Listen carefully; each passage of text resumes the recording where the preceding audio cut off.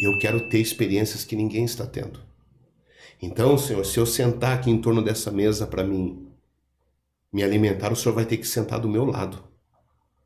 Aí eu abri a porta, que a garagem ficava de frente para a porta da cozinha, eu abri a garagem e fui lá e bati em cima do capô do carro. Não era nem carro, era um Ford Ka, bem... Mas tinha limpador. Tinha limpador com borracha, viu, Thiago? Isso é importante. É importante. E aí eu fui lá e bati em cima do capô do carro. Tô brincando. Foi o carro que mais me abençoou, muito econômico. E eu bati em cima do capô do carro e disse... Senhor, olha, chorando, 4 horas da manhã. Um frio, irmão. E eu lá fora, de pijama, batendo em cima do carro, dizendo... Senhor, se eu entrar nesse carro para viajar... O senhor vai ter que sentar aqui do meu lado, vai viajar comigo. E parece loucura, né? Mas há momentos que o seu espírito fala. E voltei, continuei orando com a minha esposa e aquela semana eu esqueci. E eu fui ministrar na divisa do Uruguai, num congresso. Eu ministrei quinta e sexta-feira. E no sábado e domingo eu tinha que ministrar em Ponta Grossa, num congresso de setor, círculo de oração. E para isso, Tiago, nós tivemos que viajar a noite toda. Acabou o congresso, igual vou fazer hoje à noite. Acabo de administrar e viajar. Tchau. E viajamos. Quando amanheceu o dia, nós cruzamos fronteira, Santa Catarina, Rio Grande do Sul, e continuamos viajando. 11 horas paramos para almoçar. Quando foi próximo de 1h da tarde, nós estamos andando na BR com o carro. Aí nós avistamos 2 pessoas andando na beira da BR. Um senhor baixinho, de 1,60 m no máximo. Ele era bem baixinho mesmo. Moreninho claro, assim, igual o Thiago. Com a menina do lado, de vestidinho. Ele tava de terno, irmão. De terno. Tava frio, mas de terno de dia. Um ternão Oxford daqueles antigos, que tem o ombro bem grandão, assim, igual do Didi Mocó, assim. E a minha esposa falou assim, amor, o sentido de Deus é de darmos carona para eles. E eu imediatamente obedeci, né? Quem manda é a esposa. Lá também é assim. Sabedoria, né? Só muda o endereço. Sabedoria, quem manda é a esposa. Então retornamos e oferecemos carona e eles disseram que queriam e entraram no carro e seguimos viagem. 1h da tarde, Jean. 15 minutos depois, estamos passando em frente à churrascaria Espeto de Ouro. Aí eles passam olhando e minha esposa pergunta para eles, vocês já almoçaram? Não almoçamos. Aí minha esposa, paga almoço para eles, amor. Você imagina quanto que é o almoço no Espeto de Ouro, né? Nós tínhamos almoçado num restaurante comum. E aí, mediante a resposta da menina que estava com fome, paramos e eles almoçaram, se alimentaram bem. Tinha até aquela picanha que vem com queijo derretido, sabe? Espeto corrido. Que nojo. Eu não como, né? E eles se alimentaram muito bem, pegaram aguinha com gás e seguimos viagem. Estou falando de experiência de orações. Que eu passei a viver experiência de orações quando eu comecei a me aprofundar nas orações. E aí, eu estava de tênis, calça jeans, camiseta, o rádio do carro queimado. Eu perguntei para o senhor está indo aonde? Ele falou assim, o senhor pode me deixar no trevo ali. É uns 20 quilômetros para frente. Eu disse, não, senhor, o senhor está indo aonde? Aí ele me disse assim, sem saber que eu era cristão, ele me disse assim, não, eu estou indo pregar num ponto de pregação da Assembleia de Deus na fazenda. Aí, como eu estava vestido à paisana, camiseta, calça jeans, né, não estava social, eu falei para ele assim, dando uma de João sem braço. Eu falei, o senhor é da Assembleia de Deus? Ele disse, sou. E ele falou assim, eu sou da Assembleia. Era breia mesmo. E eu falei, o senhor é pregador? Ele falou, sou pregador. Inclusive, Deus me deu uma mensagem para pregar lá. Ele arrancou um papel assim do bolso e mostrou com a mão e estava escrito assim, Ezequiel 37, o Vale de Ossos Secos. Estava assim escrito assim, o papelzinho. Ó, Deus me deu uma mensagem enquanto eu orava de madrugada. E eu falei para ele, querido, como é que esse negócio de orar e Deus fala, como é que é isso? Dando uma de João sem braço, você vê como que, buscando uma experiência, né? Uma resposta talvez de Deus.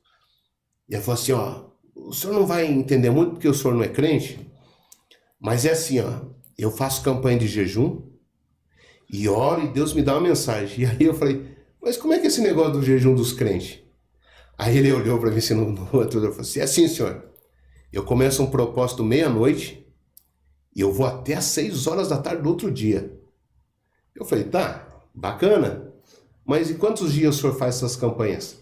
Ah, depende do propósito, mas a última que eu entreguei ontem duraram 21 dias. Meu Deus. Aí, ele sem saber que eu era um cristão, um crente, eu falei, mas quando ele mostrou o papelzinho para mim, Jean, eu vi que a mão dele estava cheia de calo. E aí eu perguntei para ele, viu, mas a sua mão está cheia de calo. Quando o senhor jejua, o senhor trabalha? Tiago, ele deu um tapa no peito e falou assim, rapaz, é a safra do feijão. Eu arranco 10 tarefas por dia. Meu Deus do céu. E eu falei para ele, o senhor tá brincando comigo. Com o senhor, em jejum, o senhor arranca feijão. E aí eu falei assim, esse congresso que o senhor está indo pregar é muito grande, né? Eu falei assim, não, é um ponto de pregação. Aí tem um casal de missionários que foram enviados para lá pela igreja, tem o caseiro da fazenda que se converteu com a esposa, as 2 filhas, e eu e a minha filha. Nós vamos estar em 8 no congresso. Aí eu disse, aí eu falei para ele assim, que era aniversário de 1 ano lá do ponto de pregação. E eu falei para ele, mas o senhor jejuou 21 dias para pregar para 8 pessoas? Que Deus estava ali no carro, irmão. Deus estava ali me ensinando, irmão. Eu falei, o senhor está 21 dias jejuando para pregar para 8 pessoas? Olha a resposta. É que o senhor não sabe. Eu sou da família mais pobre aqui da região. A minha família é tão pobre que ninguém tem um carro ainda na minha família. Mas eu garanto para o senhor que daqui a alguns anos todos esses moradores da região vão saber que tem um homem de Deus aqui que mora no meio deles. Eles vão saber que tem um homem de Deus aqui. E olha, senhor, Deus olhou para a família mais pobre aqui da região, apontou para a casa mais pobre e me escolheu no meio da pobreza e me deu um dom do Espírito Santo. E eu preciso honrar porque foi Deus que me deu o dom. Irmão, ali ele já tinha acabado comigo. Já tinha acabado comigo. Daí chegamos no trevo, eu levei ele no ponto de pregação lá em cima, no meio da fazenda, do tamanho desse estúdio, irmão, de madeira, irmão. A igrejinha tava lá, Assembleia de Deus. Tá lá. Aí deixei ele, entrei no carro, me despedi, não falei que eu era crente. Era algo particular meu, eu estava buscando algo de Deus ali. E aí minha esposa disse, eu falei, vamos amor, estamos atrasados já para o Congresso Ponta Grossa. Ela disse, não amor, não vamos não. Eu disse, como não vamos amor? Ela disse, amor, quanto você tem na carteira? Eu disse, você tá de brincadeira, né amor? Eu já paguei o espeto corrido lá. Acabou ali. Aí a minha esposa olhou assim, amor, desde que nós servimos a Deus, tem faltado farinha na panela? Tem faltado azeite na botija? Deus tem deixado faltar alguma coisa para nós? Eu disse, não, meu amor. Eu disse, quanto você tem na carteira?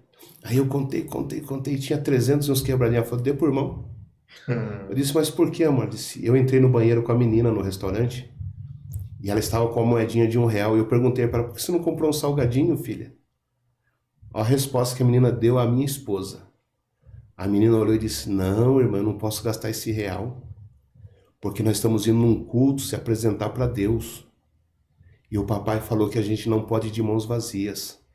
A gente tem que levar uma oferta de gratidão pelo que Deus é nas nossas vidas. E essa ofertinha é para agradecer a Deus pela minha vida. E aí a minha esposa perguntou por que eles não tinham comida, e a menina respondeu, porque o pai trabalhou na colheita do feijão, mas só vai receber segunda-feira. Então, literalmente, eles estavam indo fazer o Deus sem dinheiro. Aí eu desci do carro e enfiei a mão no bolso dele, Tiago, sem falar quanto tinha. Falei, irmão, um cafezinho pro senhor tomar aqui. Soltei os 300 e poucos no bolso dele. E aí ele olhou para mim e disse, eu não sei se você crê nas coisas de Deus, mas se você crê em Deus, abaixa a cabeça, eu vou orar pelo senhor. E eu baixei a cabeça, ele orou por mim, ele era bem baixinho, e fomos embora. Chegamos em Ponta Grossa, no setor, 7h30 da noite, tomamos banho no banheiro da igreja. Entramos no culto 8h10. Quando eu fui ajoelhar, o pastor falou assim: não, irmão, o senhor vai orar na tua casa, irmão. Agora já é 8h10, é horário do pregador pregar. Dá o microfone aqui pro pastor. Passou para mim e eu, 8h10, cumprimentei a igreja com a paz do Senhor. Quando eu falei: irmão, abra a sua Bíblia, lá no meio da igreja, levantou uma irmã de cabelo branco em profecia e gritou: homem, tem me desafiado nas orações das madrugadas.